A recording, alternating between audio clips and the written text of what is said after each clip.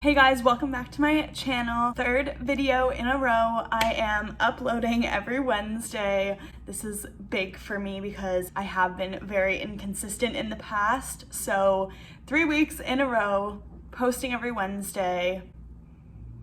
This video is a little sit down informative video talking to you guys about macros, kind of informing you on what macros do in your body, because I feel like if you know what happens in your body, then it's easier to implement change. Honestly, this is information that I feel like I repeat to people like at least once a day, so I figured it would be helpful in a video. This is kind of a part 2 video to my vegetarian meal prep video that I did. I'll link it up here for you if you want some ideas on some actual meals or like meal prep inspiration. I'm vegetarian, so all the stuff in it is vegetarian, but you can obviously just swap the stuff out for meat if you do eat meat. So go watch that if you haven't already. So we will just get right into it. If you're watching this video, I'm sure that you've heard of macros before. Basically, it refers to macronutrients, which are the main energy suppliers to your body. Your food is made up of macros. So they're made up of protein, carbs, and fat. So I'm gonna give you a very quick overview of what they are and what your body kind of does with them. Examples of some carbs are bread, rice, pasta, potatoes or sweet potatoes. So carbs are the first thing that your body wants to use as energy. And if your body doesn't use carbs as energy when you eat carbs, then it does store them as fat. You don't want to avoid carbs. You obviously need carbs for energy. The timing of them is something that you maybe want to look at. So there's also like better sources of carbs and not so great sources of carbs. So better sources are going to be your rice, your sweet potato, whole grain breads. Anything less processed is going to be better. Typically when foods are more processed, they're just going to have more crap in them, more oils, more artificial things. So whole foods are always going to be better. We always want to stick to whole foods when we can. So moving on to fats. Fats are very important for our hormones, very important for your brain. You do need to be aware that fats are more calorically dense than carbs or protein. So when you're eating fats, you just want to be careful about how much you're eating, just watching your portion. Good sources of fats are avocado, nuts, salmon, coconut oil. Again, less processed is going to be better. Next is protein. When we are resistance training, what we're actually doing is we're creating little tears in your muscles. So we're actually breaking down your muscle, and protein is the only macronutrient that can repair those muscles. So you grow muscles, you gain strength by breaking down your muscles and having protein to then rebuild those and repair. If you are not eating enough protein, you can literally be breaking down your muscle and actually causing more harm than good. So it is very important to make sure that you are getting enough protein, especially if you are resistance training. But even if you're not resistance training, even if you're just doing cardio, or maybe right now you're doing nothing, adding more protein into your diet can still be beneficial. Protein makes you feel fuller. So if you increase protein in your diet, you're naturally going to probably eat less just because you're feeling fuller with more protein that you're eating. There are other benefits, and obviously I could go more in depth with this stuff, but I just want to keep it pretty brief and simple for today. Some good protein sources or foods that are high in protein are going to be really any meat, but any source of lean protein is going to be a little bit better. So whether that be chicken breast or lean ground beef, for those of you who eat meat, I guess. Personally, my favorite protein sources on a vegetarian diet are chickpea pasta, tofu, tons of veggie burgers that you can get that are high in protein. For me, I add in a protein powder supplement to help get my protein up. And you may be wondering like how much protein is too much, or how much should I be aiming for? What is optimal for building muscle, for keeping muscle, is going to be 0.7 to 1 gram of protein per pound of body weight at least. So with my past experience with my clients, mainly women, we are extremely, and even myself in the past, we are extremely under eating that amount of protein. Before I really started paying attention to it, I was probably eating around 50 grams of protein. So that is the first thing that I recommend to definitely increase. It's gonna help you feel fuller. We're gonna make sure that we're keeping muscle on you. Okay, I just wanna interrupt this part really quickly and say that was a very, very brief overview of like what macros are. And there's also such a thing as micronutrients. So yes, very, very brief. I really encourage you to do your own research and like be educated about food and macro and micronutrients. Now we're going to talk about how to kind of take that information and now start to make changes in your diet, in your routine. You may be thinking like, where do I start? How do I know how much I'm eating? I think that the best way to start making changes in your diet is to first know what you're eating now. Educate yourself on just what you're having and what you're putting in your body. So whether it be keeping a food journal, literally just a notebook where you write down all of your food, downloading an app like MyFitnessPal that you can input all of your food into, however you want to do it or is easiest for you, taking pictures of your food throughout the day. Whatever works for you is going to be the best. You want to just start bringing more awareness to the things that you're having every day. Track yours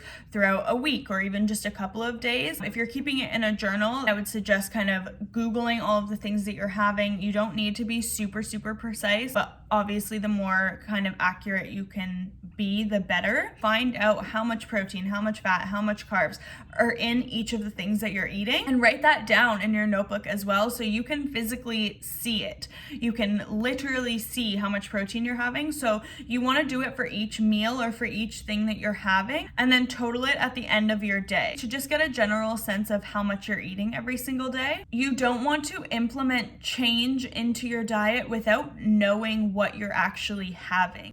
So track your macros, track your kind of food intake for a week or a couple of days, and start just bringing awareness to what your macros are, how much protein you're having. And then pay attention to how are you feeling? Like, what is your energy like? Are you gaining weight? Are you currently losing weight? Are you maintaining? Just with the stuff that you are eating now, not with really trying to do anything different. We really want to look at what your maintenance calories are and then be able to go from there and play around with your macros from there. I just want to clarify here that I'm not trying to say that you should track your macros forever. I'm actually not a fan of that at all. But I think that when you get started, tracking your macros or like keeping track in a food journal and then calculating your macros after is just a good way to inform yourself on like what you're having and then be able to figure out the foods that would get you to like better macros so that you don't have to track, if that makes sense. I think it's a good idea to get you started to really understand like what you're eating and see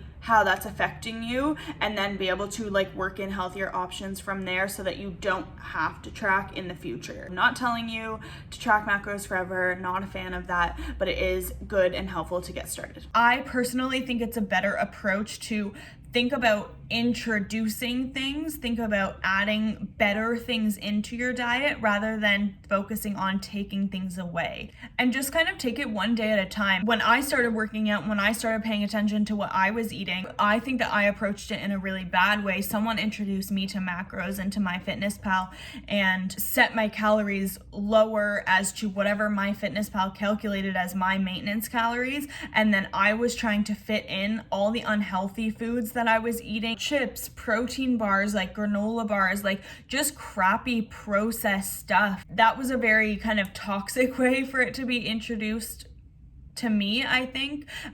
Focusing on like right away restricting without really having a concept of what these foods are and what they do for my body. I just really had no concept about food in general, and then I went straight away into counting macros and trying to restrict those so that I could lose fat right away, and that created right away just like anxiety for me about food, and I had no idea what I should really be eating. Track what you eat now, focus on getting your protein intake up, eating whole foods, not processed crap just to get your macros. Focus on educating yourself, eating foods that make you feel good, that are good for you. Get a protein powder if you feel like you need to, if you feel like you need that little extra help. Remember that protein powder is a supplement, so it is supplementing food. It is not necessary. I'm not telling you that it's necessary.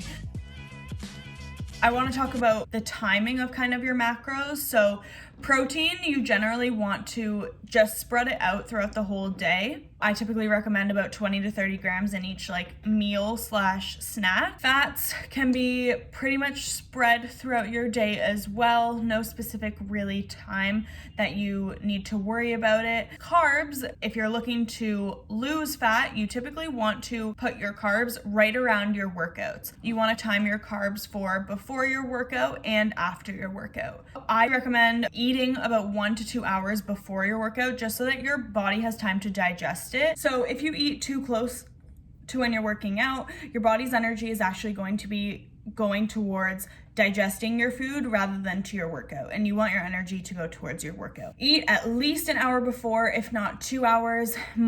What feels best for my body is about 1.5 hours before, and that meal should be particularly high in carbs and protein. Carbs so that your body has energy for that workout, so that you can give 100% to that workout. And then again, after your workout, I would basically recommend eating as soon as you can after. And again, you want to have carbs and protein, or a meal that's high in carbs and protein, to replenish the carbs that you just burned off doing your workout, so you have energy for the rest of your day, and proteins that you can repair those muscles. So I hope that you found this video helpful. The topics that I covered in this video, I would say, are definitely helpful to go along with resistance training workouts or workouts in general. This kind of, I guess, style of eating is more geared towards if you're really looking to gain muscle, lose fat, get fit, get toned. If you are looking for more information about just how to like eat healthier in general,